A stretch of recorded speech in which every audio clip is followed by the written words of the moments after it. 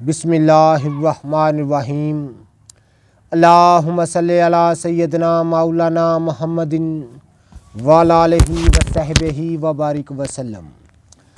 تمام تعریفیں رب العزت کی ہیں جو تمام جہانوں کو پالنے والا ہے، جس کی تمام جہانوں میں بادشاہت ہے، جو تمام مخلوقات کی شکل و صورت بنانے والا، ان کو رزق دینے والا ہے، اور اس جیسی کئی لا تعداد لاکھوں نباتات کو پیدا فرمانے والا ہے۔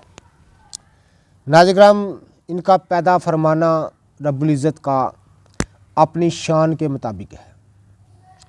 جب ہم ان کو نکما خیال کریں گے، یہ کہیں گے کہ ان میں خواص ہیں کہ نہیں ہیں، تو یہ رب العزت کی بارگاہ میں بہت بڑی ایک گستاخی ہے، چونکہ تمام مخلوقات کو پیدا فرمانا رب العزت کا اپنی شان کے مطابق ہے۔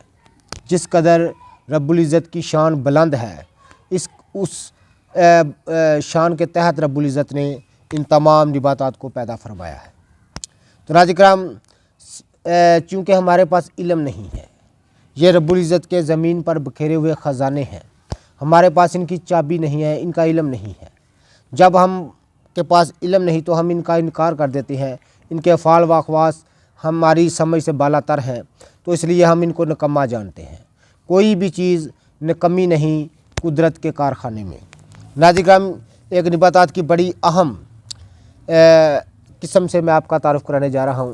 یہ آپ دیکھ رہے ہیں، یہ آپ قریب سے دیکھیں، یہ ایک شیردار، یہ دودھ نکل رہا ہے، یہ ایک شیردار یعنی دودھ والی ایک نباتات ہے۔ ناظرین کرام، اس کا نام بھی میں بتاتا ہوں، اس کے افعال و اقواس سے بھی آپ کو آگاہ کرتا ہوں۔ تو یہ میری حویلی میں ہی خود بخود پیدا ہوئی، یہ دیکھ رہے ہیں، یہ دودھ نکل رہا ہے، دودھ ٹپک رہا ہے، یہ دیکھیں، یہ ایک شیردار بوٹی ہے، اس کو دودھی کلاں کہتے ہیں، اور مشہور نام اس کا قاضی دستار ہے۔ ناظرین کرام، اس کی یہ چھتردار اس کی یہ جو اوپر مشابہ ہے، اس کی وجہ سے اس کو قاضی دستار کہا جاتا ہے، جس طرح قاضی ایک بڑی پگڑی دستار پہنتے ہیں۔ ناظرین کرام، یہ ایک 9-10 انچ لمبی ہونے والی ایک نباتات کی قسم ہے۔ گندم کی فصل کے ساتھ اس کا یہ اگتی ہے، یعنی موسم سرما میں کے شروع میں اس کی پیداوار ہوتی ہے، جو اگنا شروع ہوتی ہے، اور موسم سرما کے اختتام تک یہ رہتی ہے، اس کے بعد یہ ختم ہو جاتی ہے۔ ہر سال ہزاروں ٹن کے حساب سے یہ پیدا ہونے والی مشہور نباتات ہے، لیکن جس قدر یہ پیدا ہونے والی نباتات ہے، اسی قدر اس سے غفلت برتی جاتی ہے۔ تو ناظرین کرام، اس کے پتے جو ہیں میتھی کے پتوں سے مشابہ ہوتے ہیں۔ تو ناظرین کرام، اس کے پتے ہی دوا مشتمل ہیں، بطور دوا اس کے پتے ہی مشتمل ہیں۔ رنگ سفیدی مائل سبز، ذائقہ تلخ، مزاج قشری، اعصابی درجہ دوم۔ مقدار اس کی خوراک جو ہے پتوں کی خشک شدہ کی ناظرین کرام نصف گرام ہے، یعنی آدھا گرام ہے۔ ناظرین کرام، سوجی کے حلوے میں رکھ کر اوپر سے دودھ پینا ہے۔